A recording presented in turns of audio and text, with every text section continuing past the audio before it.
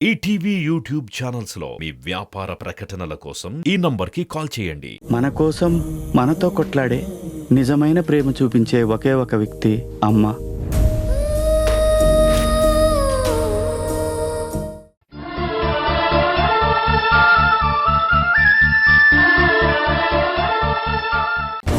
చూడు, నువ్వేం చేస్తావో నాకు తెలీదు.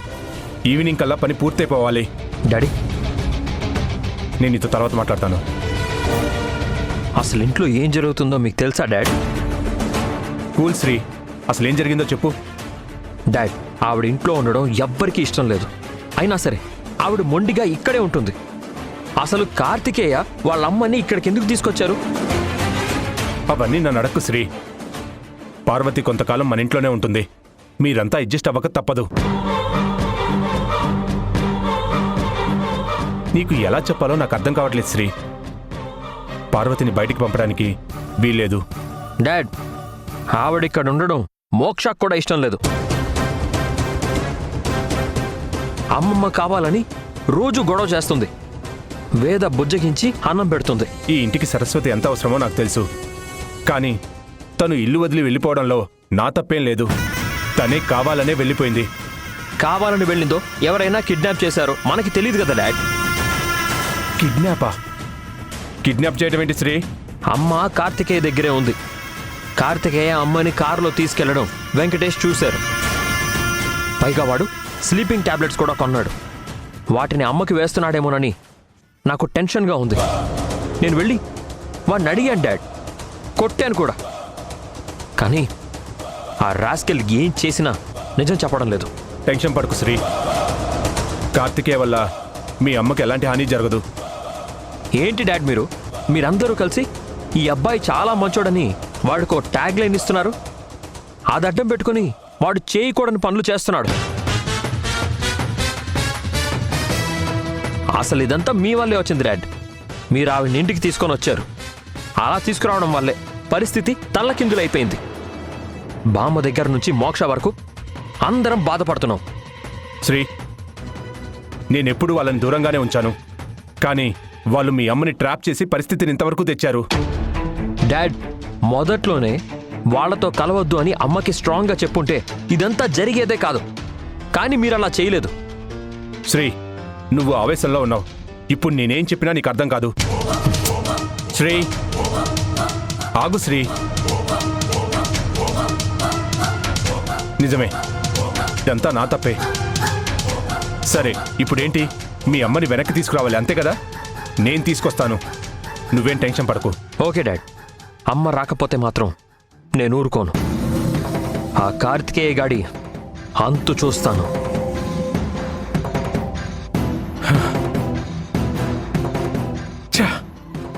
లైఫ్లో ఫస్ట్ టైం పిల్లల ముందు తలదించుకోవాల్సి వచ్చింది. ఇదంతా పార్వతి కార్తికేయుల వల్లే.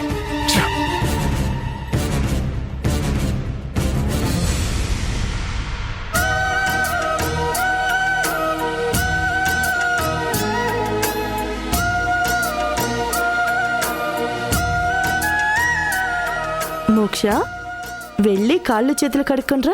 నీకోసం మంచి టిఫిన్ రెడీ చేశాను. నాకేం అక్కర్లేదు. నేను వెళ్ళిపోమని చెప్పాను కదా, ఇంకా ఇక్కడే ఉన్నావేంటి? వెళ్ళిపోతాను మోక్ష. మీ అమ్మమ్మ రాగానే నేను తనకు అప్పచెప్పి వెళ్ళిపోతాను. నువ్వు ఇక్కడ ఉంటే అమ్మమ్మ ఎలా వస్తుంది? నువ్వు వెళ్ళిపో. సరేలే, వెళ్ళిపోతాను. ఇంతకీ నువ్వు మధ్యాహ్నం భోజనం చేసావా?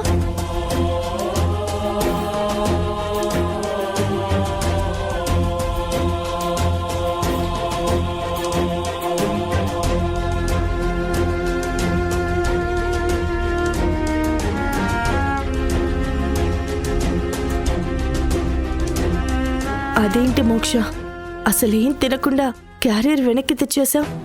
అది నువ్వు వండింది కదా, అందుకే తినలేదు. ఇప్పుడే కాదు, అమ్మమ్మ వచ్చేంత వరకు నేనేమీ తిన్ను. తప్పమ్మా, అలా అనకూడదు. చిన్న పిల్లలు ఇలా ఖాళీ కడుపుతో ఉండకూడదు. నువ్వు నాకేమి చెప్పక్కర్లేదు. నువ్వు మా అమ్మమ్మ ఎనిమివి అంటే నాకు కూడా ఎనిమివే. కాదమ్మా, నేను మీ అమ్మమ్మ శత్రువుని కాదు, ఫ్రెండ్ని. అంటే నీకు కూడా ఫ్రెండ్ని. త్వరగా రా. పొద్దుటి నుంచి ఏమీ తినకుండా ఉన్నావు. కాస్త ఏమైనా తిందువు గాని. తినను తినను తినను. అసలు నువ్వు నాతో మాట్లాడుకో.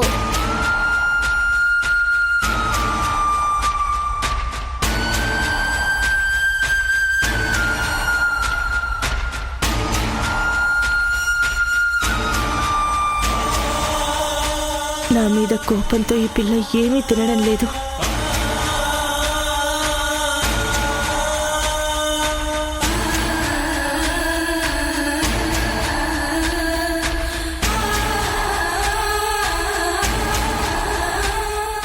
అది నువ్వు వండింది కదా, అందుకే తినలేదు.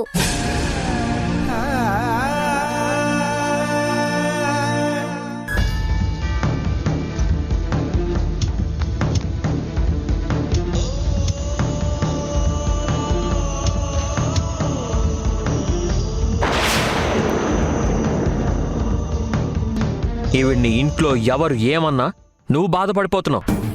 కానీ మా అమ్మ కనిపించకుండా పోయింది అన్న టెన్షన్ కనీసం నీకేమన్నా ఉందా? సరే వేద, నువ్వు చేసే పనుల వల్ల మనిద్దరి మధ్య బంధం తెగిపోకుండా చూసుకో. లేకపోతే తర్వాత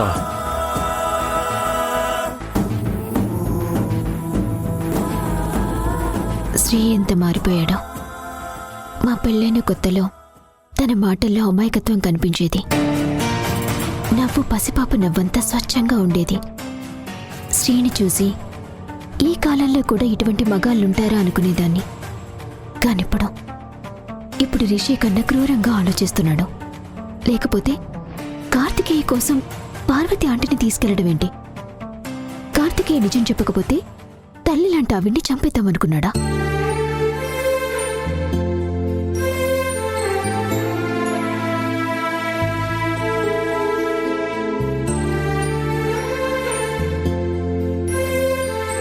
అమ్మ వేద, నీకొక విషయం చెప్పాలి. ఏమైందంటీ? శ్రీ మళ్ళీ ఏమైనా అన్నాడా? లేదమ్మా, తను నన్నేమంటాడు. నేను చెప్పేది మోక్ష గురించి. తను పొద్దుట్నుంచి ఏమీ తినలేదు. తీసుకువెళ్లిన బాక్స్ అలాగే పట్టుకొచ్చేసింది. అదేంటంటీ, స్కూల్లో లంచ్ తినకుండా ఎలా ఉంది? వంట నచ్చలేదా? కాదు వేద, నేను నచ్చలేదు. పొద్దుటే నా మీద కోపంతో వెళ్ళింది కదా, ఆ కోపాన్ని అన్నం మీద చూపించింది. తనంతే ఆంటీ, వాళ్ళమ్మలాగే చాలా మొండిది. కోపం వస్తే ఎవ్వరి మాట వినదు. మనమే బతిమాలి తినిపించాలి. అత్తయ్య మీద కోపం వస్తే ఇలాగే చేసేది. అప్పుడు ఆవిడ బతిమాలి ఏదో ఒకటి తినిపించేవారు. నాకు ఆ అవకాశం ఇవ్వడం లేదమ్మా. నాతో మాట్లాడనంటోంది. నువ్వే ఎలాగోలా ఇది తీసుకువెళ్ళి తినిపించు. అలాగే ఆంటీ, మీరేం టెన్షన్ పడకండి. నేను వండినవి తిననని మొండికేస్తుంది. నువ్వే ఏదో ఒకటి చెప్పు, తను కాస్తైనా తినేలా చెయ్యి. సరే ఆంటీ. మిమ్మల్ని చూస్తుంటే అత్తయ్య గుర్తొస్తుంది. అత్తయ్య కూడా ఇంతే. ఇంట్లో ఎవరైనా భోజనం చేయకుంటే చాలా బాధపడేవారు.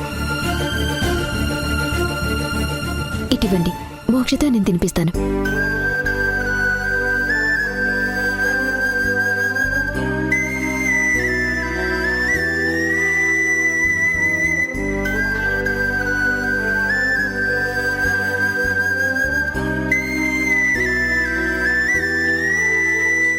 మోక్ష, మోక్ష, నీకోసం బోండాలు తీసుకొచ్చాను.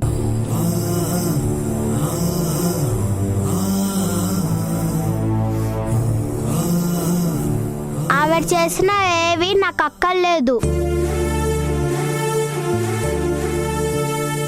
అమ్మమ్మ వచ్చే వరకు నేనేం తిన్ను.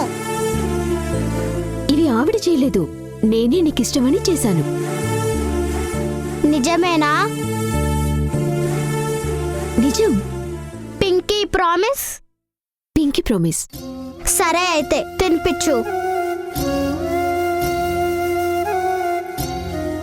నీకు కూడా మీ మావయ్యకున్నంత పొగరుందే.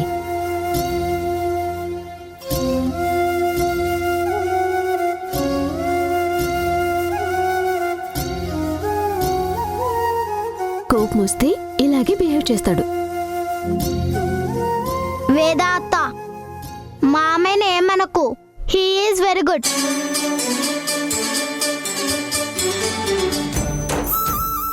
సరే తిను.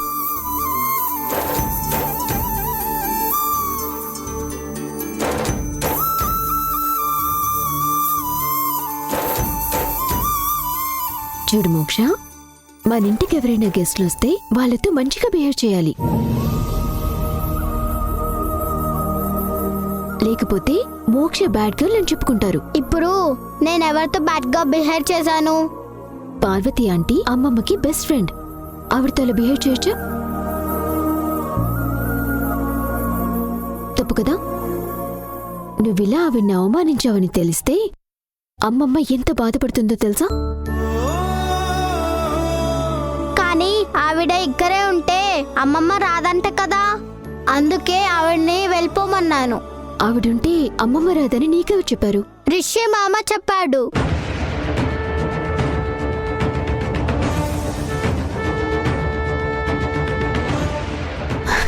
మోక్ష, రిషి మావయ్యకి తెలీదు. ఆవిడుండటానికి అమ్మమ్మ రావటానికి సంబంధమే లేదు.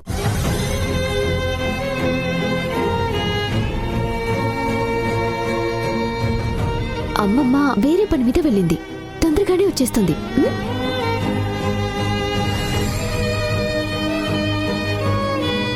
అమ్మమ్మ బాధపడకుండా ఉండాలంటే నువ్వు వెళ్ళి ఆవిడికి సారీ చెప్పాలి. ఓకే అత్త, ఇప్పుడే వెళ్ళి చెప్తాను. వేద, ఎందుకమ్మా? సారీ, నువ్వు మా అమ్మమ్మకి బెస్ట్ ఫ్రెండ్ అంట కదా, తనని తొందరగా ఇంటికి వచ్చేమను. అయితే నా మీద కోపం పోయిందా? అన్నం తినిపించినా? అక్కర్లేదు, వేద అత్త బోండాలు పెట్టింది. నేను మా అమ్మమ్మ కోసం నీకు సారీ చెప్పాను, కానీ నీ మీద కోపం అలానే ఉంది.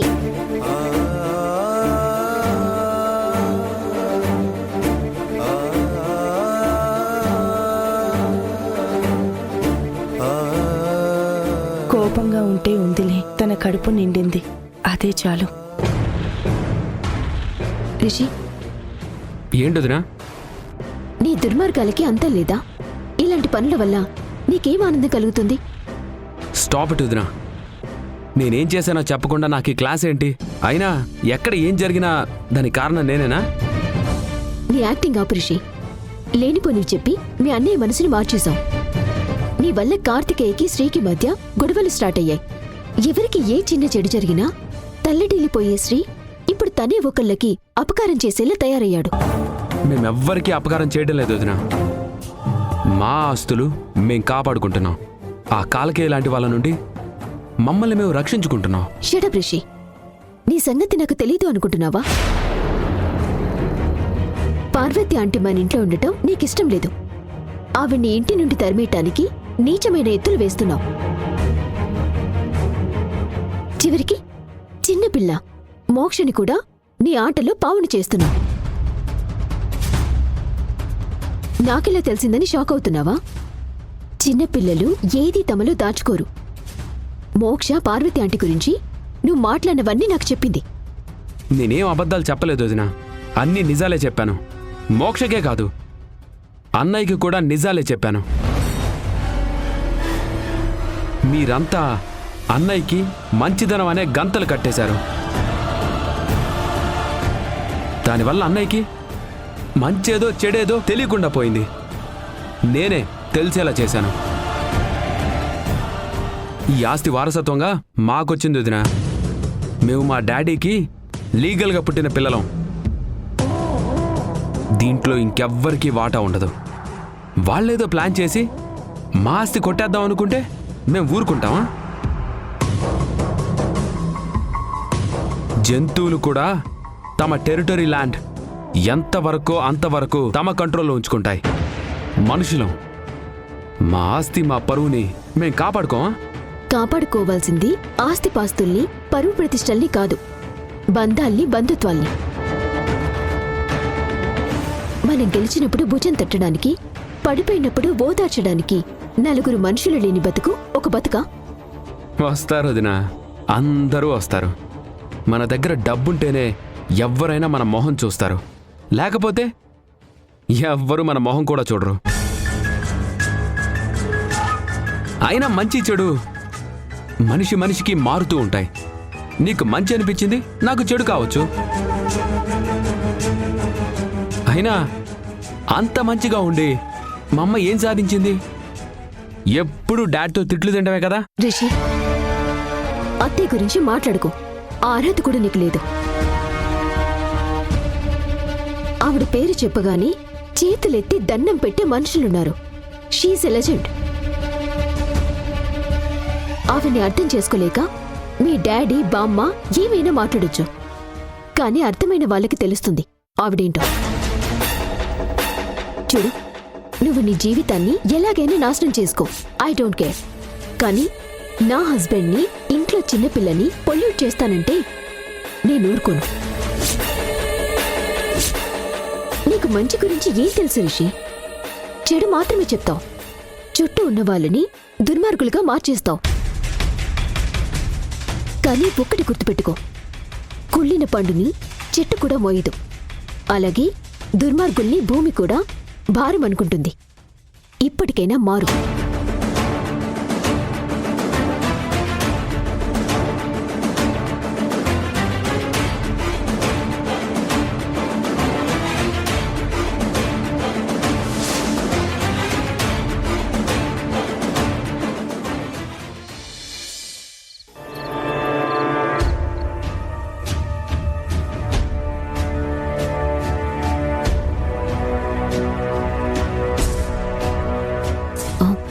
శ్రీ, ఏమైంది? కోపంగా ఉన్నావు?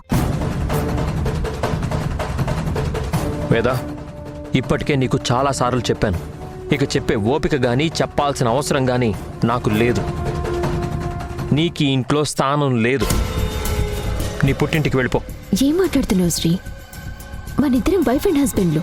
మాట పట్టింపులు వస్తాయి. అంత మాత్రాన విడిపోవడం ఒక్కటే మార్గమా? మనకి ఇంకొక మార్గం ఉందా? నువ్వన్నది నిజమే. వైఫ్ అండ్ హస్బెండ్ల మధ్య అభిప్రాయ భేదాలు వస్తాయి. కానీ ఒకళ్ళకి ఇష్టం లేని పని మరొకళ్ళు చేసుకుంటూ పోతే అది కాపురం ఎందుకు అవుతుంది? బ్యాటిల్ గ్రౌండ్ అవుతుంది. శ్రీ, పార్వతి ఆంటీ విషయంలో తప్ప నేనెప్పుడైనా నిన్ను కాదు అన్నానా? ఆవిడ విషయంలో కూడా నిన్ను ఆలోచించమంటున్నాను. నిజానికి జరిగిన దాంట్లో ఆవిడ తప్పేం లేదు. ఏమన్నా తప్పు లేదా? ఏం మాట్లాడుతున్నావు వేదా? అసలు ఆవిడ ఇక్కడికి రావడమే తప్పు. Sri, remember one thing. తనంతట తానుగా ఆవిడిక్కడికి రాలేదు.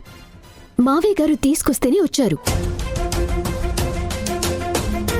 వచ్చినప్పటి నుంచి ఇంట్లో అందరికీ సేవలు చేయాలని చూస్తున్నారు. కానీ నువ్వు, రిషి, బామ్మ ఆవిడ్ని అర్థం చేసుకోకుండా గొడవ పడుతున్నారు. ఇదిగో ఈ మొండితనమే నాకు నచ్చడం లేదు. భార్యాభర్తలంటే ఒకరికొకరు సపోర్ట్ చేసుకోవాలి. కానీ నువ్వు నన్నెప్పుడూ సపోర్ట్ చేయడం లేదు. ఇక మనిద్దరం కలిసి ఉండటంలో అర్థమే లేదు. అందుకే నిన్ను వెళ్ళిపోమంటున్నాను. Sri, this is too much. మాట మాట వచ్చిన ప్రతిసారి నువ్వు నన్ను పుట్టింటికి వెళ్ళిపోమంటావు. ఇది కరెక్ట్ కాదు. 100% కరెక్టే. నువ్వు ఆవిడికి సపోర్ట్ చేయడమే కాదు, ఆవిడ విషయంలో మోక్షాకి కూడా నచ్చజెప్పడం నేను చూశాను. So what? ఇంటి ఇల్లాలుగా ఇక్కడ ఏ గొడవలు జరగకుండా చూడటం నా బాధ్యత. మోక్ష నుంచి బామ్మ దాకా అందరూ హ్యాపీగా ఉండేలా ట్రై చేస్తున్నాను. కానీ నువ్వు రిషి మాత్రం ఫూలిష్గా బిహేవ్ చేస్తున్నారు. లేనిపోని ఈగోలకి పోయి ఇంట్లో ఎవ్వరికీ మనసంతి లేకుండా చేస్తున్నారు. What do you mean? I mean what is it? మీ ఈగోల వల్ల మీరిద్దరు ఏమైనా హ్యాపీగా ఉంటున్నారా? గొడవలు పెద్దది చేసి మనశాంతిని దూరం చేసుకుంటున్నారు. ఇనఫ్ వేదా, ఇప్పటికే మాట్లాడాల్సిన దానికన్నా ఎక్కువ మాట్లాడావు. అందుకే నిన్ను బయటికి పొమ్మని చెప్తున్నాను. నో శ్రీ, ఇది నా ఇల్లు. నువ్వు పొమ్మని చెప్పగానే పోవటానికి నేను పాతకాలం నాటి ఆడదాని కాదు. హో, ఓకే. ఇక నీతో మాట్లాడడం వేస్ట్. ఎవరితో మాట్లాడాలో వాళ్ళతోనే మాట్లాడతాను.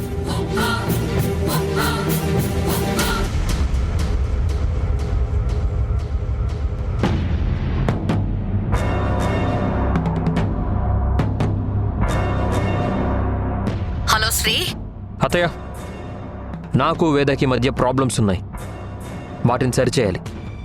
మీరు ఒకసారి ఇక్కడికి రండి. ఏమైంది శ్రీ? ఇక్కడికి రండి అత్తయ్య, చెప్తాను. ఓకే.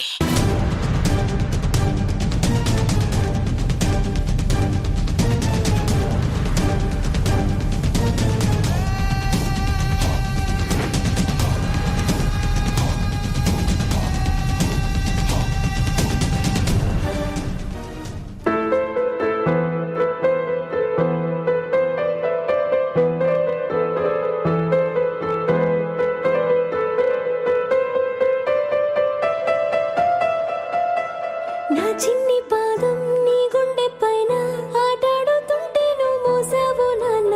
నీలోని ప్రాణం నాలోన దాచి నిన్నే నాలో చూసావు నాన్న. నీ వల్లే ప్రేమంటే తెలిసింది ఓ నాన్న. నీ వెంటే సంతోషం కలిసిందిలే నాన్న. నీ చేతుల్లో ఉంటే భయమేది ఓ నాన్న. ఒంటరిగా నేనున్నా నా ధైర్యం నీవేగా. నా నీడలో రేపే 11వ రోజు. నిన్నందరూ మర్చిపోయారు నాన్న. ఎవరి కోసమైతే నీ జీవితాన్ని త్యాగం చేశావో ఆ చెల్లెలన్నీ మర్చిపోయి వెళ్ళి మన శత్రువింట్లో కూర్చుంది. బావ బిజినెస్ పనుల మీద తిరుగుతున్నాడు. కనీసం నీ తిది జరపాలన్న ఆలోచన కూడా తనకి లేదు. ఎవరు ఉన్నా లేకపోయినా నేనున్నా నాన్న. నీకన్ని పద్ధతి ప్రకారం నేనే జరిపిస్తాను.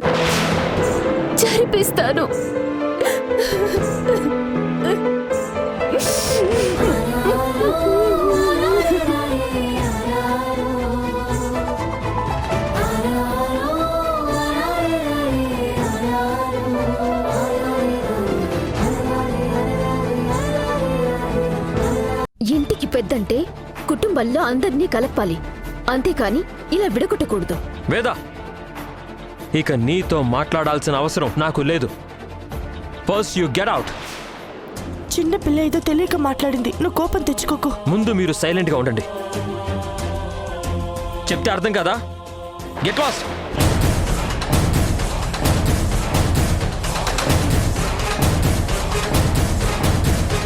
ఈటీవీ విన్ యాప్ రోజుకి కేవలం రూపాయి మాత్రమే. ఇప్పుడే ఈటీవీ విన్ యాప్ డౌన్లోడ్ చేసి సబ్స్క్రైబ్ చేయండి.